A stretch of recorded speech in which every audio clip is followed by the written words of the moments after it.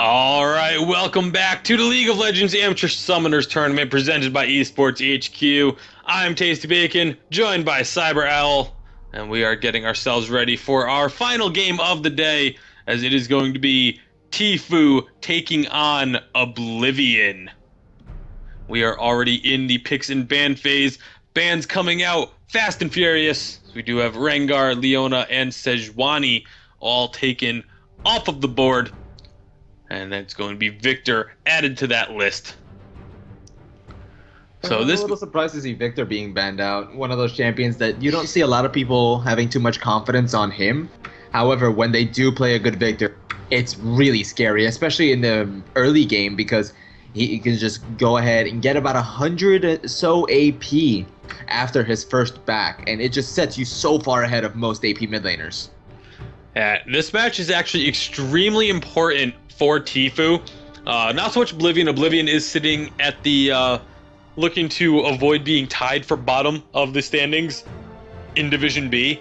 But on the side of TFU, if TFU manages to win this, if Oblivion wins this, then TFU is eliminated from contention of being that number 1 seed out of Division B. Warriors Anonymous would clinch that spot. So this is such an important game for Division B as a whole. Again, Warriors Anonymous with the possibility of clinching that number 1 spot with a Oblivion victory. So those guys are probably going to be watching this game very closely and rooting heavily for Oblivion. Oblivion with the win would move themselves out of the basement and take a step ahead of Katsuo. But we are seeing the picks starting to come out. 280 carries were the last 2 bans there, Callista and Jinx. And then looks like Oblivion immediately saying, all right, 280 carries are gone. We're going to make sure we get ours nice and early as they're hovering over this Caitlyn. I'm actually really surprised to see that they're opting to go for the Caitlyn simply due to the fact that there's a lot of other power pick 80 carries like Graves, Corki, Lucian that are available. Caitlyn just seems like an oddball to that compared to those, you know? Yeah, it does seem a little bit strange, but I mean, obviously, with some of those carries that are off the board, the Jinx and Callista, you're leaving some of the shorter range carries as a lot of the more prominent picks like the Graves and Lucian, and Caitlyn has the ability to just outrange them early on and just really harass them hard in the lane. So it is going to be Oblivion picking up that one. It does actually look like it's going to be Lucian hovered with the Nami as a possible support, as we do see Lucian gets locked in, Nami still just being hovered. There's the Nami lock in. Okay, so Lucian Nami as the dual lane for TFU.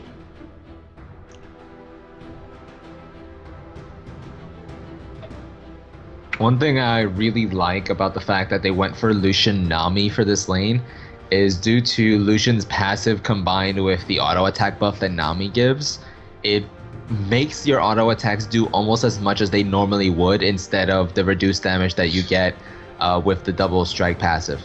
Mm-hmm.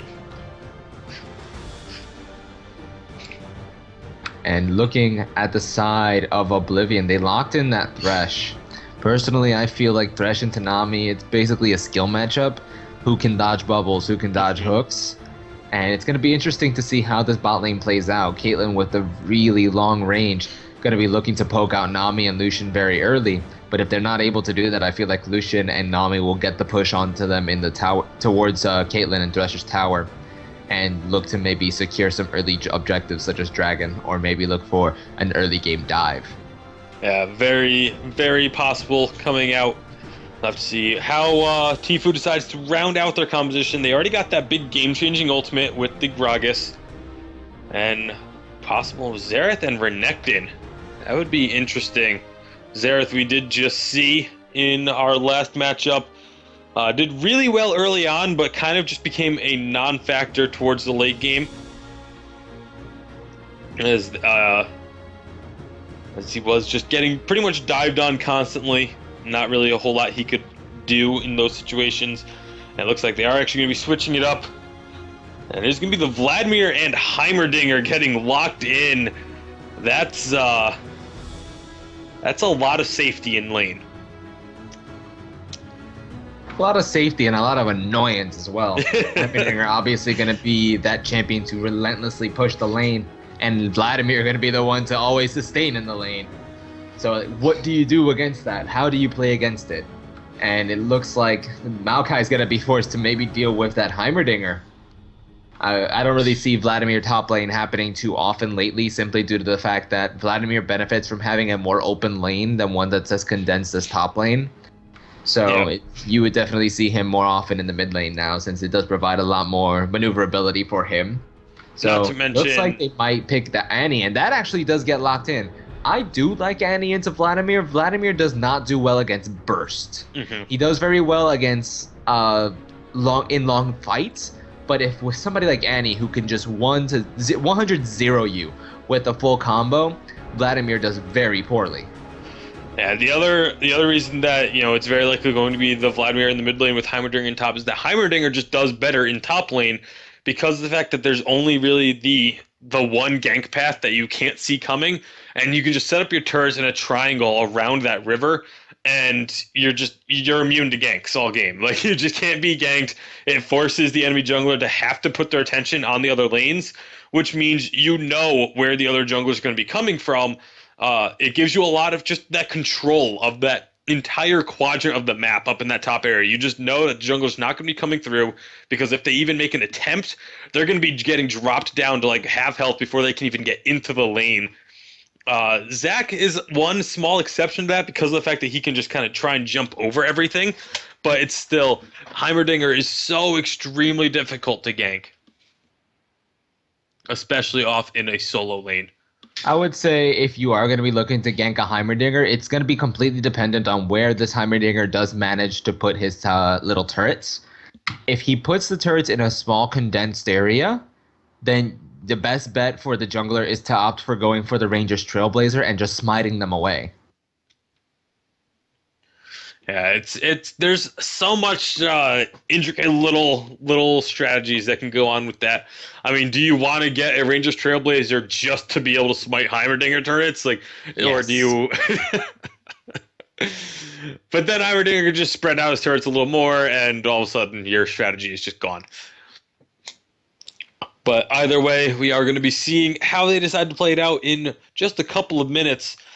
Both teams going with that big kind of tanky yet still doing some decent damage front line, and then of course the burst on the backside. Heimerdinger doing a surprising amount of burst for a lot of situations. I remember for a long time he was one of those joke picks that you'd just be like, oh, I'm gonna play Heimerdinger, and now all of a sudden it's like, oh man, they're playing Heimerdinger.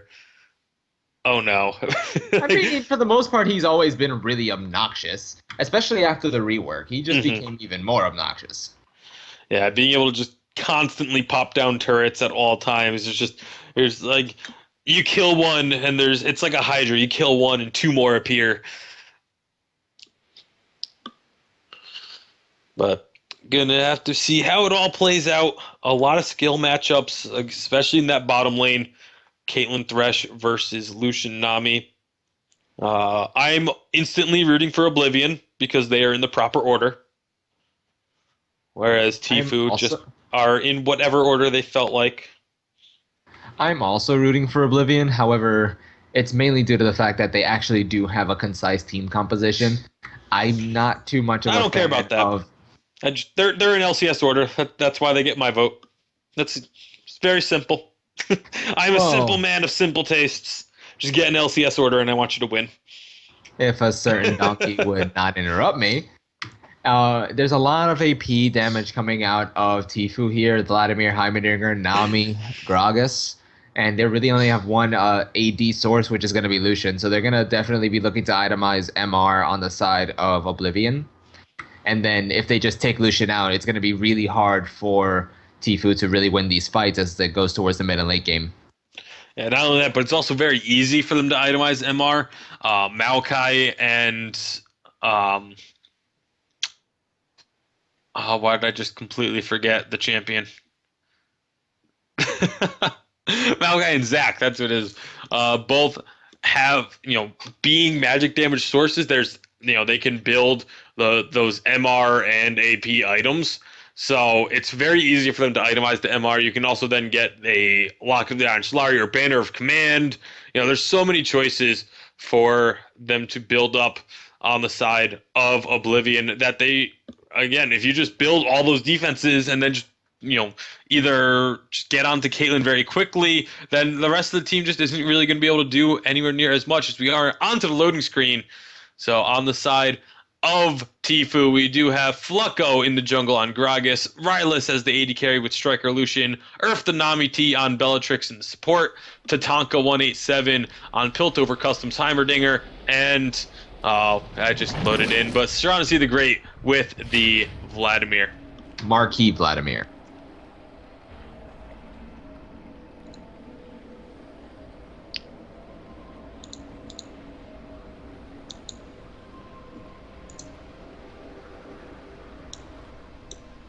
So we are just gonna be waiting for them to load onto the Rift. You gonna do the roster for Oblivion, or are we just gonna leave it at, they're just some guys over there? No, they can see it on stream. I don't care if they can see. You have to say it. Come on. Ever. You can't just leave them hanging like that. It's so rude. I will always leave them hanging. You have to leave them wanting, or else they come back for freebies. So on the side of Oblivion, it is Forest of Eagles in the top lane with the Maokai, Dunazuka in the jungle on Zac, Tesk with the Annie in the mid lane, Literal as the AD carry on Caitlyn, and Shakaka on the support with the Thresh. So how do you think this early game is going to go? Any 5v5 team fights? Well, it looks like they're just going to be playing defensively for now. No level 1 team fight. Unfortunately, I still got 3 weeks. I feel like they're just gonna save it till it happens in June. Yeah, like the finals. It's gonna be like game 5 of finals, and they're just gonna go all out. Yep. And then when we get to Virginia, I'm just gonna be looking at you, and you're just gonna have this big grin on your face. It's gonna be like, ah. No trouble killing you. So less trouble killing you again. Lucian talking about his mercy. He's got a lot of it, apparently. But it does look like it is going to be a fairly standard start. Both junglers starting over on... Actually, possibly Zac looking to start at his red buff. Sometimes you're the catch. I would say Zac starting red buff is the better idea here. Because if he does smite the red buff away, not only is he going to be really healthy going in to the jungle, but he has so much sustain as it is that he's going to be able to survive a lot of the incoming damage. I hear an ice cream truck. Yeah, there's an ice cream truck. It's really annoying. I kind of want some ice cream now, man. When do you not want food? Very frequently, actually. That is a lie. That is not a lie. That is a lie. No, it's really not. That is a dirty, dirty lie. So, looking at the early game, again, standard start. Both, everyone in their normal lanes. Heimerdinger setting up that back line of turrets. Maokai doing a good job right now of just saying, all right, you can have those turrets up there. I'm going to try and hold the wave back here by my tower. Shakaka eating quite a bit of damage there from the Lucian-Nambi combination. But they are going to hit a very early level 2 here. And this goes to show the lane dominance that Caitlyn Thresh do have. They have so much pressure that they can just push in for free very early.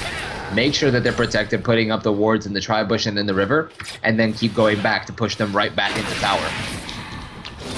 One thing I think is curious here is that the Shaughnessy decided to start with a Doran shield going up against Annie in the mid lane.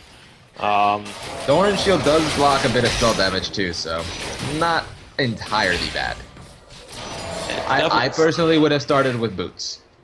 Yeah, I would go the boots and take a whole mess of potions with you, but you wanted to have those defensive stats, so. I mean, the defensive stats are, like I said, on Vladimir, they're not bad. Because when you do get tankier with Vlad, you also do get a bit of AP under your belt. However, really, I think it's just so that he has the ability to push in Tesk towards his tower, and he does struggle a little bit farming under the tower. and he needs to get as much farm as he can. That way, he could either A, hit level 6 before Annie and possibly get the kill onto her, or itemize so that once Annie does hit level 6, he won't die. And here comes the elastic slingshot coming out of Dunazuka onto Shaughnessy the Great. Shaughnessy the Great getting slowed over and over again. He's going to be forced to use his pool to get away, though. Yeah, it's gonna be, you know, just getting out of there without any real threat burned. I mean, you didn't use any summoners on either side, so just gonna be giving some freedom up to Annie, allowing her some space to breathe and get herself some CS. She is actually ahead on CS right now, as it is, so doing a pretty good job for her up in the top lane. Heimerdinger with a small lead is to be expected. That's lining out to Rylus, as well as the bubble through of Aqua Prison. That's what it is. Landing onto Shaka Ka. And the skills are landing. There's just no follow-up on either side. But in the top lane, Forest of Eagles taken extremely low. Clucko going to be finding Shaka Ka in the river. He's going to be eating a piercing light to the back. Rylus looking to get the kill onto Shaka Ka. He does have the Rift Scuttler Speed Shrine available to him, and it actually just died, so perfect timing on Shaka Ka, managing to escape there. Burning a flash from Rylus as well as the heal. So I'd say that was pretty beneficial. They managed to burn both summoner spells off the AD carry for the summoner spells off the support.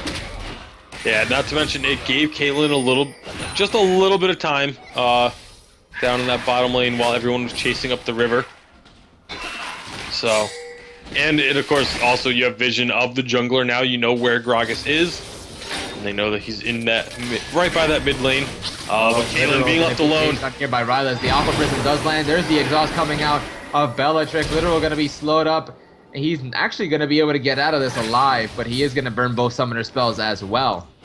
So that little advantage that they had in the bot lane on Oblivion just kind of went to nothing.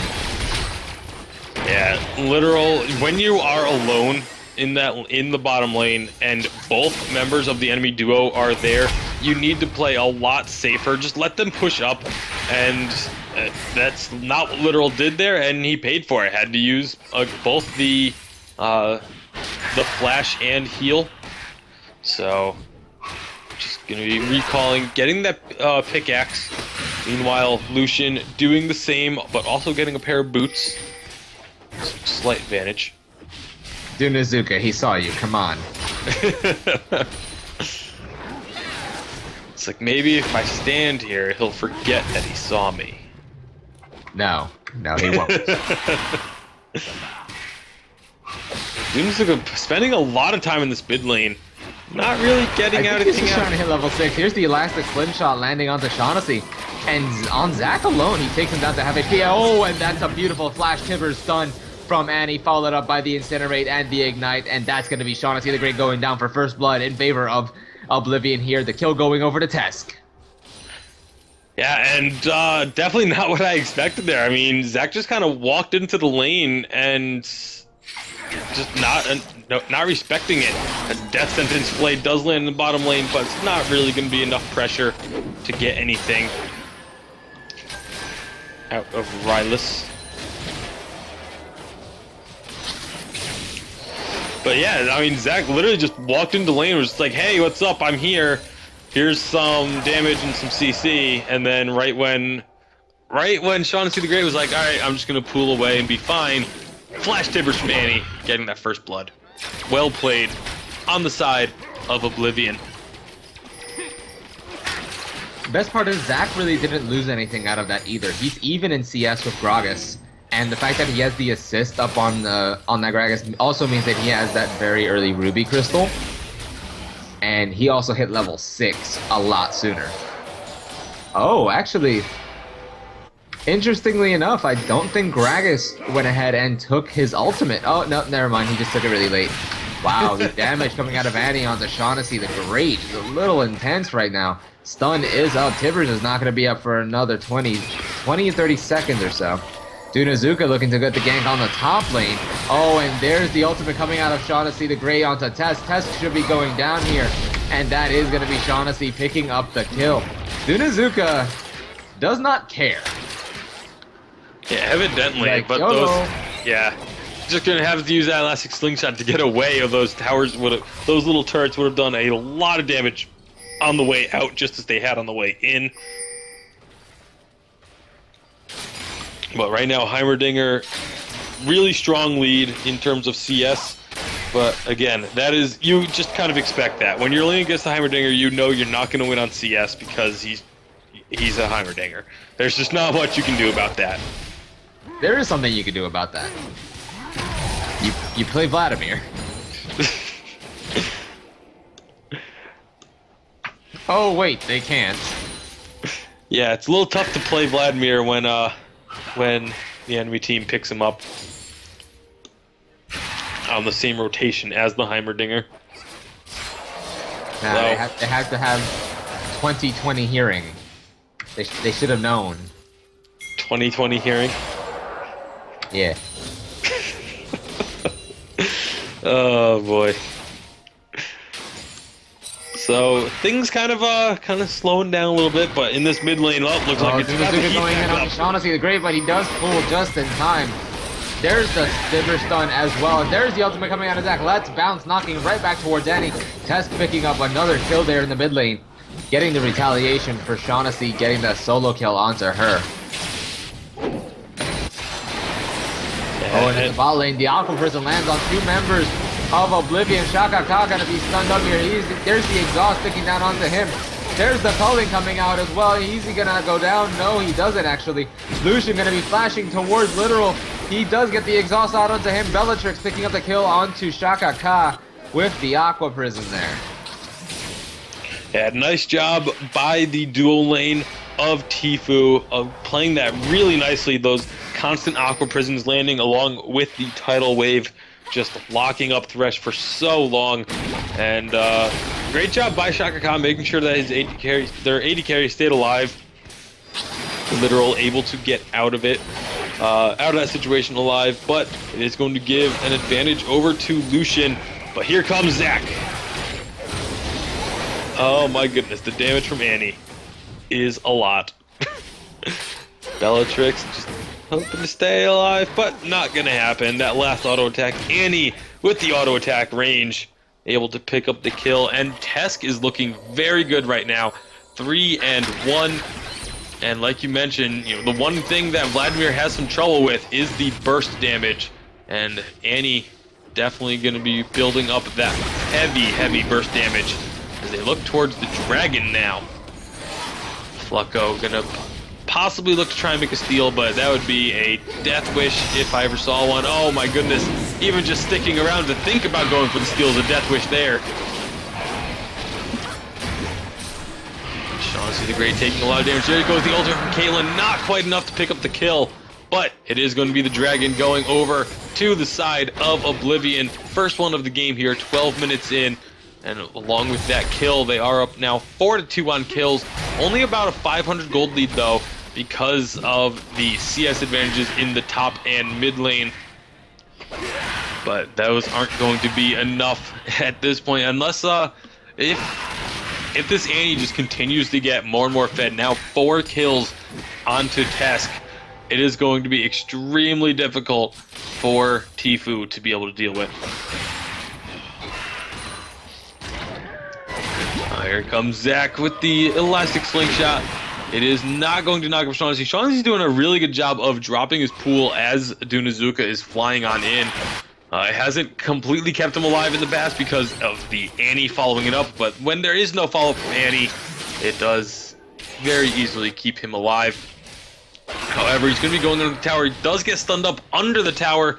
Going to take a couple of shots, but with Flucko there, they do not want to try and counter-engage that, and that should be actually the mid tower going down. Looks like they are going to be going pretty aggressively, just farming up these minions here. Dunazuka, you need to be careful. You are pretty low, a little too low to be going in that elastic slingshot. He does think better of it and back off in the end.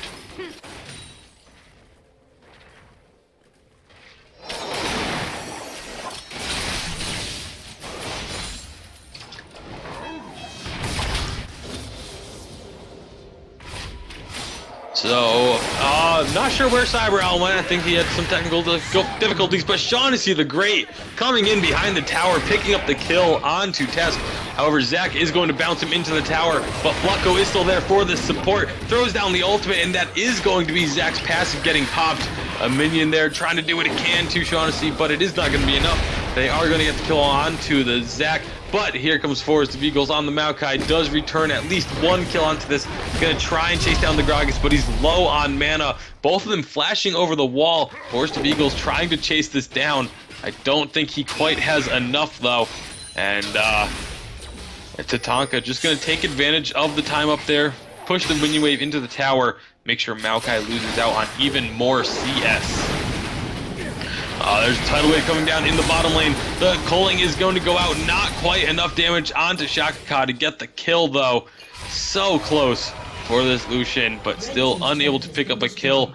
Top tower does go down. That is now 2 towers, and they may look for a third as they're going to go diving underneath this tower, though. Rylus coming very close to picking up a kill again, but just not quite. They will just take the tower, though. All 3 outer towers. Oh, never mind. Backing off as the teleport comes through for Forest of Eagles. He's going to try and turn this around, but it is a 2-on-1 situation.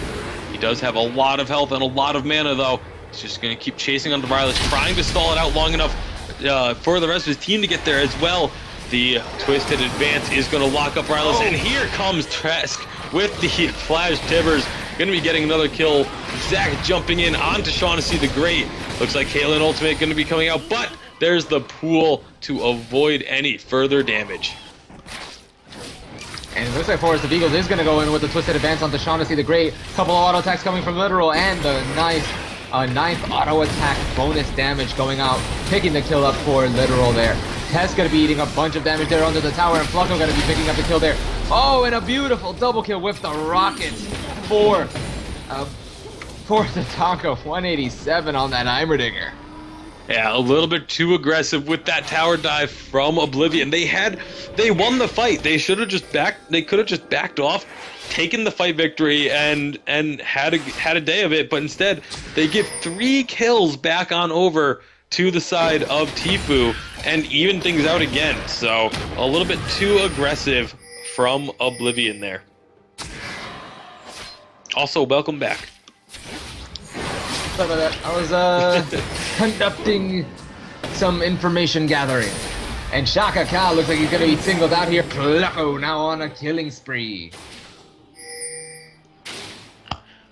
So very even matchup thus far. We just, because of those 2 towers going down, the gold lead is in favor of TFU, but it is still a very, very close game. Neither team having a clear-cut advantage just yet.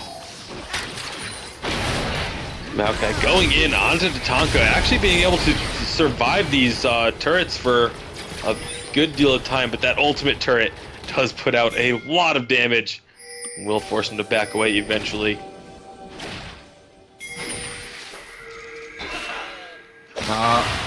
It looks like they want a tree.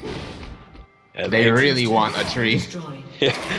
They are going lumberjacking up in that top lane. 3 members up there, and Forest of Eagles just doing what he can to try and get out of this. The stun doesn't land, the rockets don't land, and he is going to keep running. He's escaping to the forest with his brothers.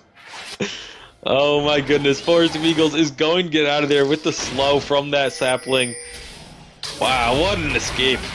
Mr. Tree's great escape. Mr. Tree, Mr. Tree. So Dragon coming up in 10 seconds here. We do see Oblivion getting themselves control of this area, getting the vision dominance down, and of course the Scuttle Crab, and now possibly looking for a fight. Oh, we are going to see the tidal wave thrown out by Navi. Flacco going to be amongst all 4 members of Oblivion there. He throws out the explosive cast, knocking Literal back toward his own team. And actually is going to be Tess going to be picking up... Oh, actually, no.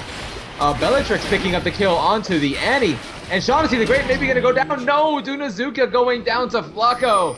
And literal Teska Dunazuka went down there. That fight went so well in favor of TFU. They are probably going to pick up the kill here on Shaka Khan. I don't see him escaping here. Yeah, and then definitely. they have every opportunity to go ahead and go for the dragon as well. They have Vladimir who can tank it up after soaking up a little bit of the damage and just keep healing up over and over again. They have Nami. And yeah, it looks like they are going to go ahead and go for that dragon, get that objective off the map, and get themselves their first dragon of the game. Yeah, they also have Tatanka coming on down. So despite the Scuttle Crab and having the position there, just TFU able to pick up a great victory in that fight. Unfortunately, Dunazuka using the Let's Bounce kind of just bounced only on Shaughnessy the Great, and he just pooled underneath it. So not a whole lot of effect coming from that ultimate, and just a better job in the team fight being done by TFU. Got them the fight victory, got them the dragon, and now they are the ones starting to build up a bit of a lead. About 5,000 gold here, only 19 and a half minutes in.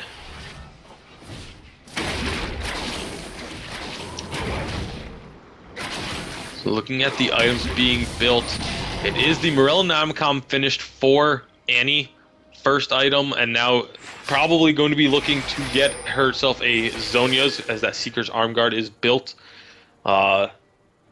Looks like Zach is going to be doing pretty much exactly what you expect. Just building as much health as he possibly can. Very likely going to be turning those two, what are they called? What? The item that builds into Warmogs. I can't remember the name of them. Crystalline Bracer? Yes, the bracers. I don't know why you need two for that. Actually, no. I guess I could kind of see it. The Giant's Belt being the torso part of the armor and the bracer being the arms. Oh, but there's going to be a beautiful death sentence landing on Survivor. Shaughnessy the Great going in with a flash EQ onto Shaka Ka as well as the ultimate. He's going to be able to get the kill there. And it's going to be Bellatrix getting the kill onto Annie yet again. Shaughnessy the Great going to be the target here for Dunazuka. He's going to be doing a little bit of damage, but it's not going to be too much. It's Vladimir. He's just going to sustain 3-year damage. In the top lane, we see Tatanka 187 and Forest of Eagles dueling out. Tatanka 187 looking to try and pick up the kill here on Forest Eagles. He throws down the humongous turret. Forest of Eagles forced to flash away. He even had the Vengeful Maelstrom turned on that entire time, and he was still so close to dying. There's the explosive cast coming out of Flucko, sending Forest of Eagles right back to Tatanka 187, and he does manage to secure the kill. Zax actually had his passive popped there by Shaughnessy the Great, and he almost went down there. Wow, that almost actually killed him in one shot. And so many kills going down in favor of TFU, and they're just getting everything that they want right now. Yeah, 2 more towers being picked up here as well.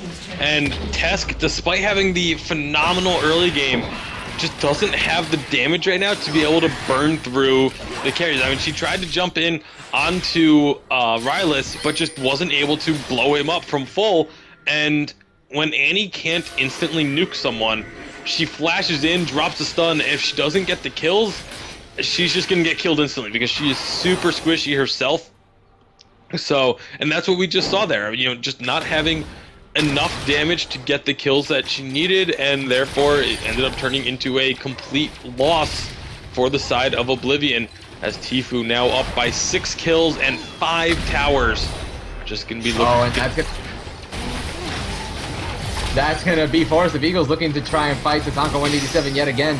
That big turret is doing so much damage. Tatanka 187 gonna be going down. Shaka Ka actually picking up that kill there. Unfortunate that the kill didn't go over to Literal. He's a little starved.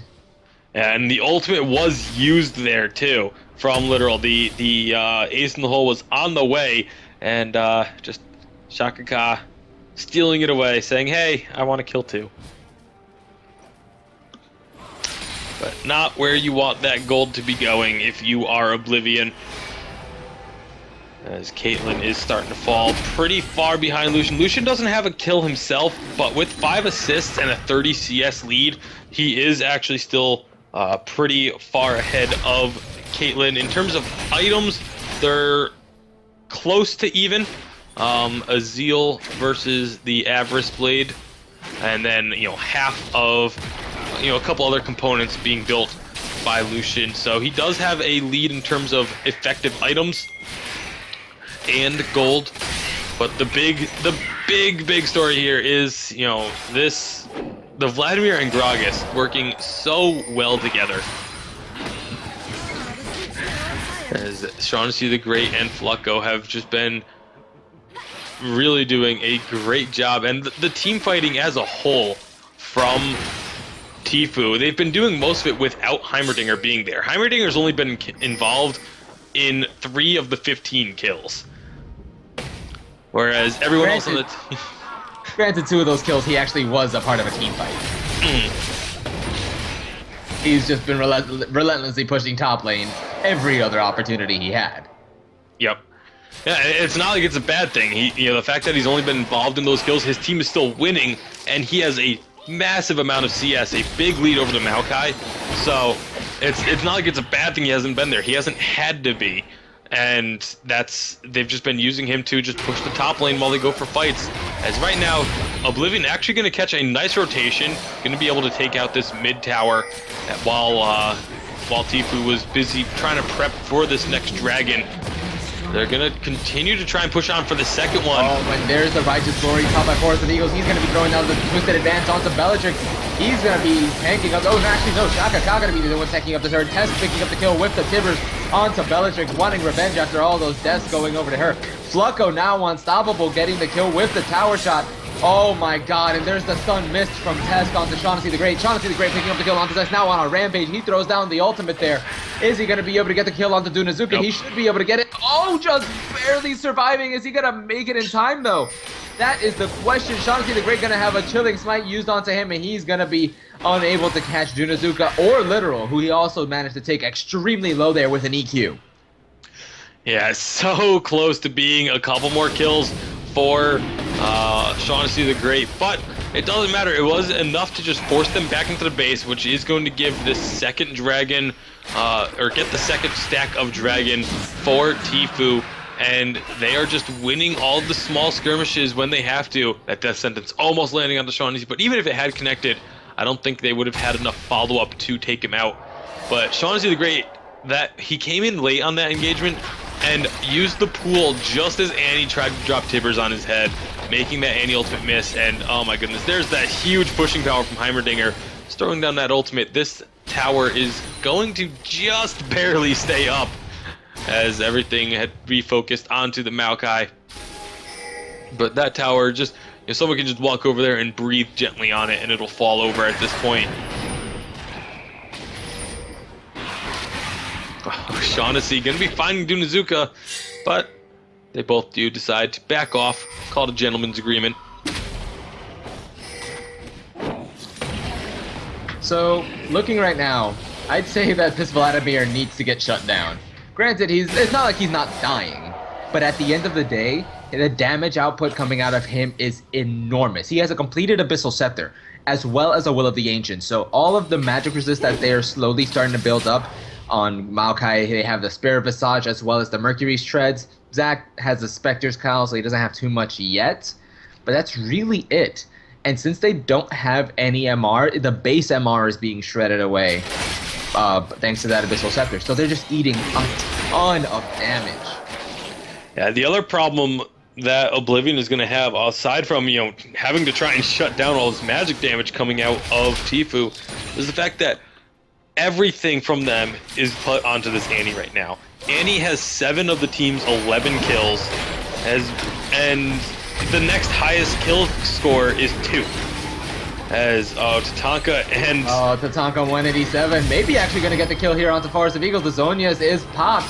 Forest of Eagles taking extremely low there. There's the Rockets, but Forest of Eagles escaping. You literally cannot even see his health bar on that little square in the corner. That is how low he is. He had about 12 HP. And he did use the flash as well, so... Shaughnessy the Great kiting out Dunazuka as well as Tesk and Literal, but he's going to be taking extremely low. There's the ultimate coming out from Caitlyn. Ryla's eating that up for him just so he can survive. Good AD carry, saving his teammate. Hammerdinger picking up the tower on the backside though. The passive from Zac being popped as well. Flucko now dominating, getting the kill onto Thresh with the Gragas.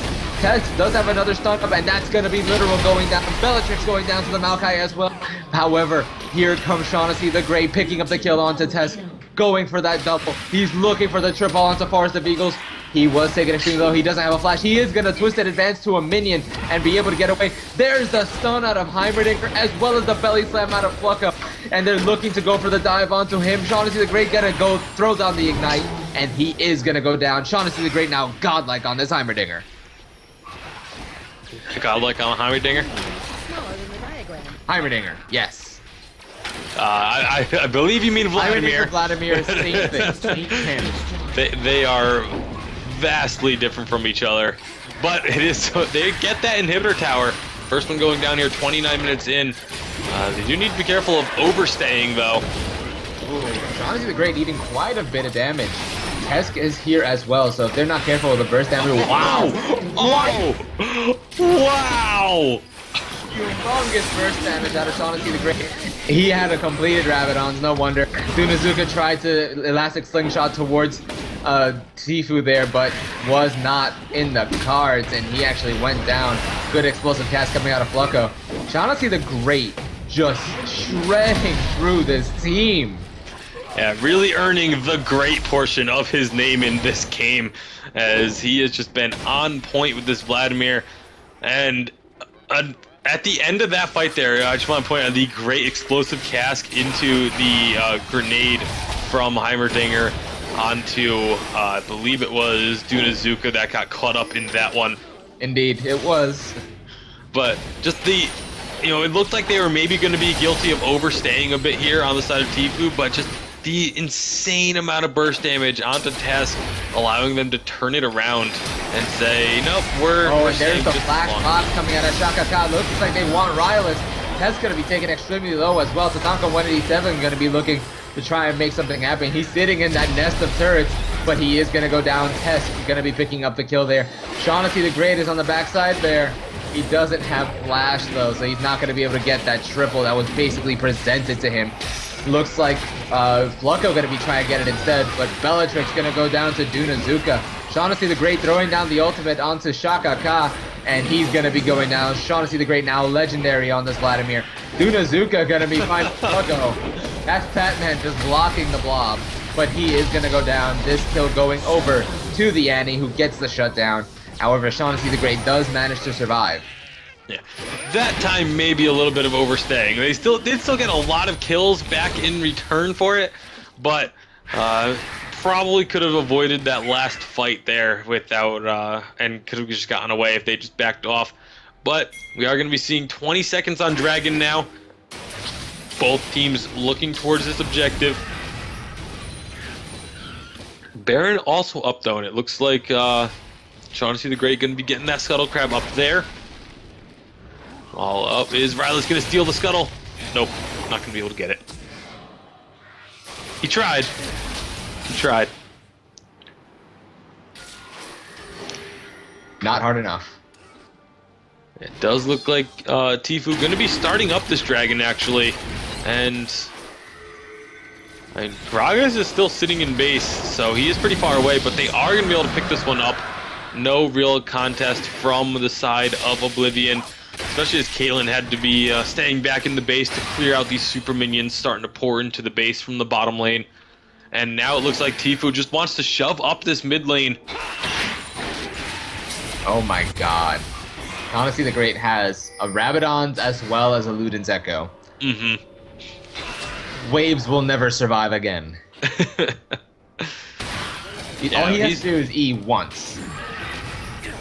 He's currently sitting on 647 AP, as well as having almost 3,000 health. That is pretty terrifying to deal with. Looks like he's actually just going to push in this top lane with the super minions in the bottom lane. They're just going to try and split up the side of Oblivion and spread their numbers thin. Look for a pick somewhere along the line. Oh wow, and there's going to be Dunazuka going in on Shaughnessy, but not too sure what he's going to be able to do against him. 3 members on the Shaughnessy the Great now. He is going to throw down the pool, but he actually, no, doesn't. He gets shut down, and it's going to be literal going down as well to Dunazuka.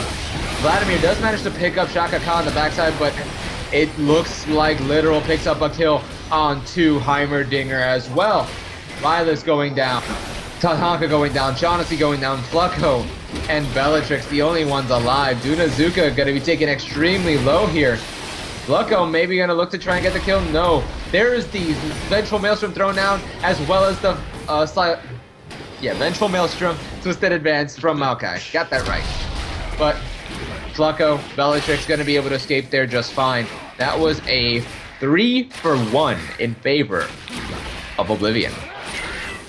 Yeah, it was very, very close to turning extremely poorly for TFU. They did, luckily, able to keep 2 members alive, stalled them out long enough that there's not really going to be anything picked up by Oblivion for that fight victory.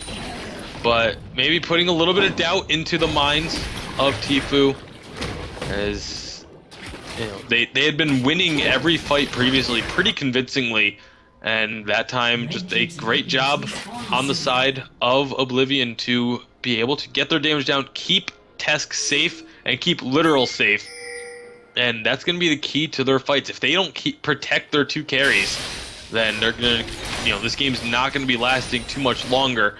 But if they can fight like that last one, then they'll have a chance of trying to come back. But this Baron is getting started up here by TFU. No one's really in position to come take it. Yeah, it's going to be gone before they even get there. That was a very, very fast Baron. Heimerdinger turrets are like one of the the 4th best Baron taking tool. The first is Callista. In general, just the champion. Yep. Second is Vayne. Same boat as Callista. And then third would be Zac, actually. Oh, and there's the Elastic Slingshot landing onto Shaughnessy the Great. Shaughnessy the Great, wow, that damage onto the tank.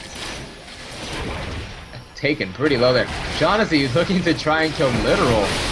He doesn't have a Zonia, so he's going to have to be a little careful here. He does manage to get close to him, but he's going to be set right back with the death sentence from Shaka Ka. But maybe he's going to get the double here. He's going to pick up the kill onto Shaka Ka. He's trying to sustain through the damage from Dunazuka. Tesk is sitting there with the stun up and ready, and it's going to be... Wow, Tesk actually going down to Rylus. Rylus going to also be popping Dunazuka's passive. Forest of Eagles looking to try and get the kill onto Flacco. Zac definitely going to be going down here. And it's going to be the inhibitor exposed. Tatanka 187 destroying the middle inhibitor. He's looking to also destroy the bottom inhibitor. Zac does go down.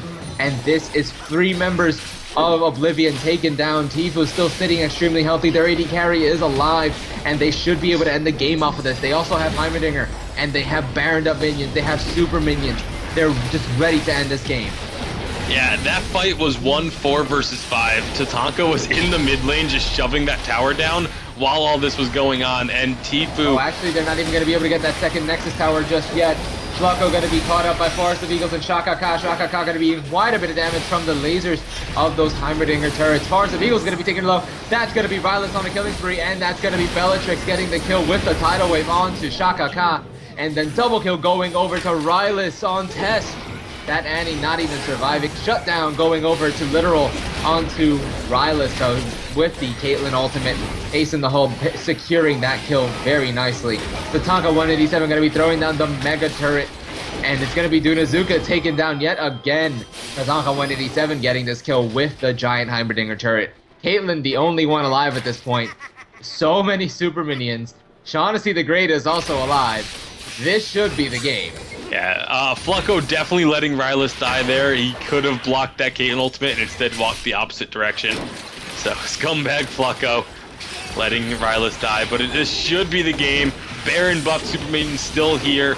And yeah, there's going to be the Nexus going down. And Tifu keeping their hopes alive in Division B as they do pick up the victory over Oblivion. So now sitting at a 4-3 record. They do still need a lot of help. Warriors Anonymous would have to lose 2 other games, and then Tifu has to beat Warriors Anonymous while winning out the rest of their games to be able to catch up to them. But the chance is still there for them by picking up this victory over Oblivion. So congratulations to Tifu.